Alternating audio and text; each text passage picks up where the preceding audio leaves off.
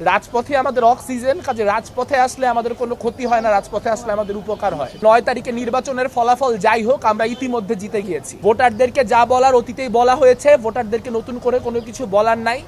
অনেক ধরনের সমালোচনা খুব নিয়মিতই হয়, সমালোচনাতে ভেঙে পড়ার বা আহত হওয়ার কোনো রকম জায়গা নেই। তবে যেই সমালোচনাটি খুবই হাস্যকর লাগলো সেটি হচ্ছে যে আসলে নির্বাচনী মাঠে এরকম একটি সময় আমি থাকছি না, কারণ হচ্ছে আমি ইচ্ছাকৃতভাবেই থাকছি না বা পরাজয় মেনে নিয়ে থাকছি না। আমরা হচ্ছে সেই মানুষ যারা বারবার ডাক্তারের পরামর্শ উপেক্ষা করে রাজপথে ফিরে ফিরে এসেছি। আমরা সেই মানুষ যারা বারবার করে নিজেদের জীবনকে উপেক্ষা করে এই রাজপথে এসে সামিল হয়েছি। রাজপথে আমাদের অক্সিজেন, কাজে রাজপথে আসলে আমাদের কোনো ক্ষতি হয় না, রাজপথে আসলে আমাদের উপকার হয়। আজ লড়াইয়ের শেষ দিন, একরকম 7 তারিখে প্রচারণার শেষ দিন। আমাদের যে সহযোদ্ধারা, প্রতিরোধ পর্ষদের যে সহযোদ্ধারা, তাদের প্রতি একটা কথাই বলতে চাই যে 9 তারিখে নির্বাচনের ফলাফল যাই হোক, আমরা ইতিমধ্যে জিতে গিয়েছি।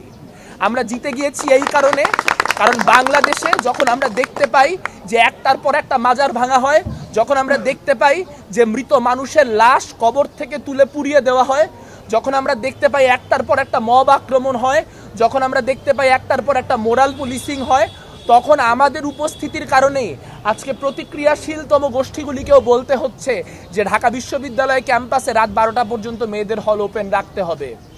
সবথেকে প্রতিক্রিয়াশীলতম গোষ্ঠীকেও বলতে হচ্ছে ঢাকা বিশ্ববিদ্যালয়ে আর ধর্মকেন্দ্রিক যে বিভাজন, সেই বিভাজন চলবে না। স্বাস্থ্যকর অল টাইম হানিকম, সব সময় অল টাইম হেলদি লাইফ। কিন্তু আমি আমার জগন্নাথ হলের ভাইদের, আমার 5টা যে নারী হল, সে নারী হলের বোনদের মনে করিয়ে দিতে চাই, আপনারাও মনে রাখুন 3টা মাস আগেও কারা বিশ্ববিদ্যালয়ের যে সংসদ, শিক্ষার্থী সংসদ রয়েছে, সেই শিক্ষার্থী সংসদে বসে নারীদের মোরাল পুলিশিং করত। আপনারা মনে রাখুন কারা এখানে অ্যাডভোকেট আলিফের মৃত্যুর পর জগন্নাথ হলের পাশ দিয়ে যাইতে যাইতে এই স্লোগান দিয়ে গেছে, দিল্লি যাদের মামা বাড়ি, বাংলা ছাড়ো তাড়াতাড়ি। আপনারা সেই দুঃখ, সেই গ্লানি, সেই যন্ত্রণাকে মনে রাখুন। আমরা আহ্বান জানাতে চাই আমাদের অনাবাসিক ভাই বন্ধুদের প্রতি, আপনারা যাকে খুশি তাকে ভোট দিন, কিন্তু 9 তারিখ প্লিজ প্লিজ ভোট দিতে আসুন। আপনারা ভোট দিতে আসলে গোটা ইকুয়েশন বদলায় যাবে। এখানে যত সমীকরণ হচ্ছে, এই সমীকরণগুলা কিচ্ছু দাঁড়াবে না। এখানে স্বাধীনতা বিরোধীরা একটা পোস্টেও জিতে আসতে পারবে না।